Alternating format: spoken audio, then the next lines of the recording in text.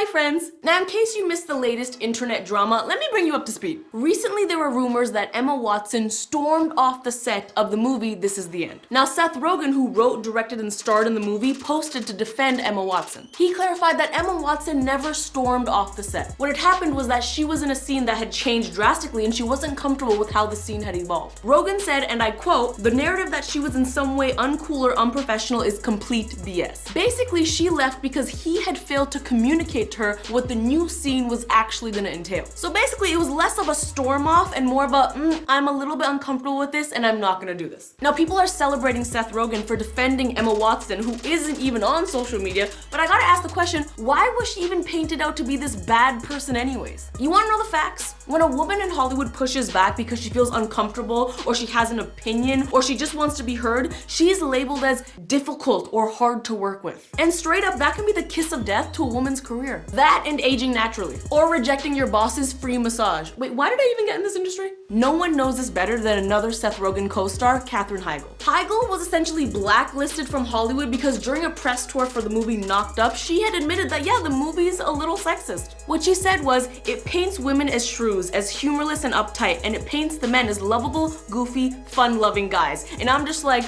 where are the lies? But in the ancient year of 2007, Heigl's comments blew up, and she was treated like a problem for bashing her own movie, even though she had a point. And I gotta point out that back then, Seth Rogen added fuel to the fire. He would say things like, yeah, I felt a little bit betrayed by her comments and I think she just doesn't like me. Heigl was canceled before canceling was even a thing. That's the worst kind of trailblazer. But being hard to work with never seems to be a problem if you're a man. Just ask Mel Gibson, whose IMDb page is longer than a CVS receipt. I mean, this guy has multiple new movies coming out every year, even though he's clearly displayed difficult behavior. Like screaming anti-Semitic slurs while getting arrested for a DUI, remember that? Or making racist, homophobic comments to castmates, remember that? Or even domestic violence, remember that? I mean, if I had to work with this guy, I'd definitely storm off set. You know, mostly for my safety. But regardless of all of that, homeboy is booked and busy. It's also a huge problem in the music industry because when women speak up, they're labeled as divas. Ariana Grande admitted that being labeled a diva was the reason she stopped giving interviews for years. And I'm just saying, if someone like Ariana Grande can't say thank you next to her haters, where does that leave the rest of us? Nicki Minaj also famously weighed in on being called a diva. It was in her 2010 MTV documentary called My Time Now. And she talks about how yes, she did storm off a photo shoot because it wasn't up to her standards. Every time I put my foot down and stand up for myself,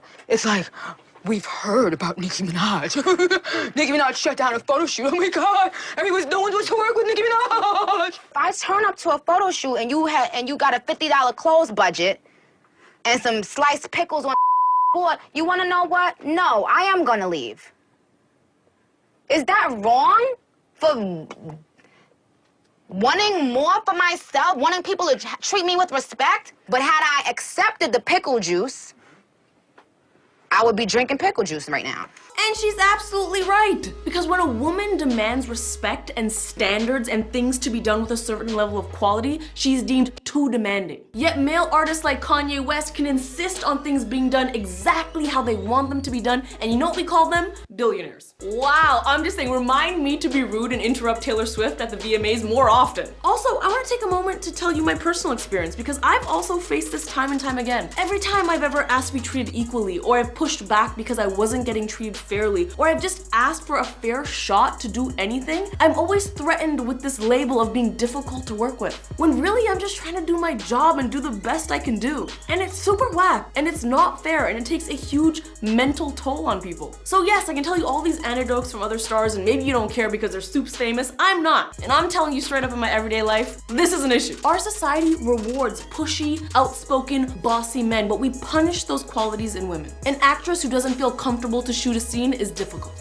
A musician that goes to a photo shoot and realizes that it's not up to par with the standard is considered a diva. A woman who rejects a man's advances is stuck up. And a female politician who doesn't back down is a nasty woman. It's whack! Let's stop being whack! But you know me, I like to focus on the positive, and I'm glad people like Seth Rogen are speaking up about this double standard. And ladies, hear me when I say, the next time you're afraid to speak up, remember, you don't gotta drink the pickle juice.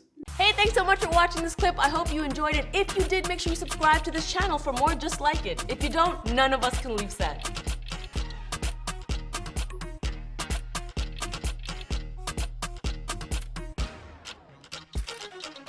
Thanks!